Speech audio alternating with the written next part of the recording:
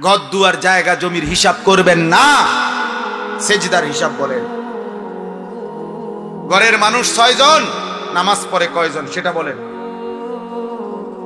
আপনার ফ্যামিলিতে যে 6 জন আল্লাহর কোরআন সহি শুদ্ধ পড়তে পারে কয়জন সেটা বলেন। ঘরের মহিলা 4 জন, পর্দা করে কয়জন ওরে বলেন।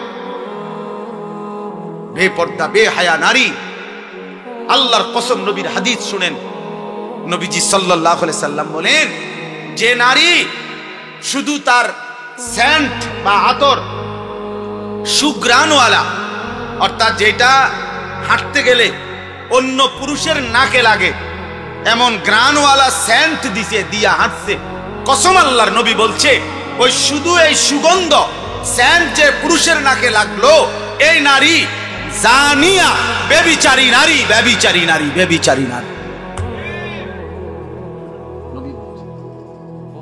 এই নারীও ব্যভিচারী, শুধু এই পুরুষের নাকে তোমার সুঘ্রাণ লাগাইলা কেন?